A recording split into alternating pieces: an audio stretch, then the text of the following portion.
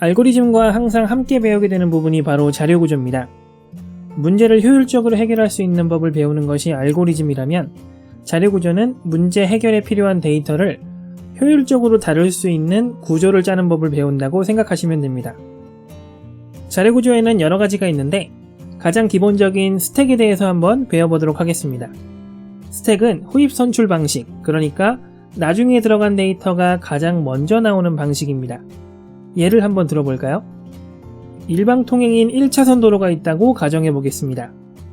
이 도로에 5대의 차량이 진입을 했는데요. 알고 보니까 도로 앞쪽이 공사 중이어서 주행을 할 수 없는 상태였습니다. 그러면 이 차량들은 들어왔던 곳으로 다시 빠져나가야겠죠? 이처럼 들어오고 나가는 순서가 정반대인 구조가 바로 스택이 되겠습니다. 파이썬으로 스택을 구현하는 건 어렵지 않습니다. 이미 리스트라는 자료형이 스택의 대부분의 기능을 수행하고 있기 때문이죠. 이 영상에서는 4가지 정도의 기능만 구현을 해두었는데요. 데이터가 비어있는지 확인하고, 데이터를 집어넣고, 데이터를 뽑아오고, 데이터를 복사해오는 것이 되겠습니다. 스택의 특성상 데이터를 핸들하는 3가지 메소드는 전부 마지막 데이터를 건드리게 됩니다. 굉장히 쉽죠? 파이썬이 아니었다면 조금 더 구현이 어려웠겠지만, 앞서 말씀드렸듯이 리스트가 워낙 강력한 놈이라서 별 무리가 없었습니다. 자, 그런데 구현이 쉽다고 해서 활용이 쉽다고는 장담할 수가 없죠. 이 스택을 이용해서 한 가지 프로그램을 만들어 보겠습니다. 여러분들은 중위표기법에 대해서 알고 계신가요? 수식을 작성할 때 연산자를 피연산자 사이에 두는 형식을 말하는데요. 평소에 우리가 사용하는 방법입니다. 그런데 컴퓨터는 이 중위표기법을 이해하지 못합니다. 바로 연산자의 우선순위를 구분하지 못하기 때문인데, 그래서 중위표기법을 후위표기법으로 변환을 해서 계산을 합니다. 연산자를 뒤로 보내는 후위표기법은 표기된 순서 자체가 연산순위를 의미하기 때문에 컴퓨터가 따로 우선순위를 신경 쓸 필요가 없죠. 우리가 만들어 볼 게 바로 이 후위표기법 변환 프로그램입니다. 우선 실제로 후위표기법을 변환하는 방법에 대해서 알고 있어야겠죠. 몇 가지 간단한 식을 통해서 배워보도록 하겠습니다. 우선 첫 번째, 피연산자는 우측으로 옮기고 연산자는 스택에 넣습니다.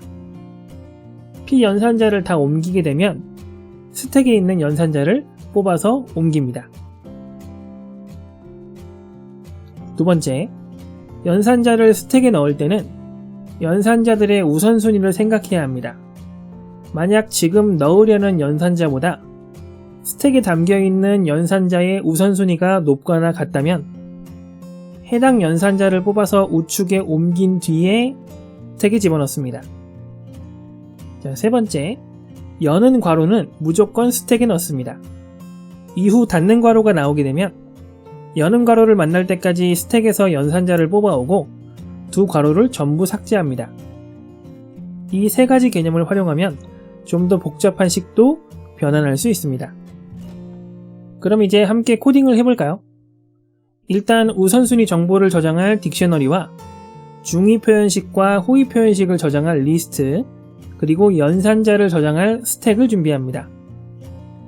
식을 입력할 때 띄어쓰기가 들어갈 수 있기 때문에 일단 임시 변수에 저장한 다음에 띄어쓰기를 없애서 EXPR에 저장합니다. EXPR에 있는 토큰들을 하나하나 체크하며 후위 표현식으로 변환합니다. 우선 열린 괄호는 무조건 스택에 집어넣습니다. 연산자인 경우에는 우선 오퍼레이터 스택이 비어있다면 그냥 넣고요. 비어있지 않다면 스택의 가장 위에 있는 연산자의 우선순위와 비교합니다. 스택의 연산자가 우선순위가 높거나 같다면 해당 연산자를 뽑아와서 결과 리스트에 넘기고 나서 스택에 집어넣습니다. 닫는 괄호를 만나게 되면 스택 안에 여는 괄호를 만날 때까지 연산자를 계속 뽑아서 결과 리스트에 넘기고요. 토큰이 피연산자라면 바로 결과 리스트에 넘깁니다. 중위표현식 전체를 다 넘겼다면 스택에 있는 나머지 연산자를 모두 결과 리스트에 넘기면 끝입니다. 조금 복잡하죠?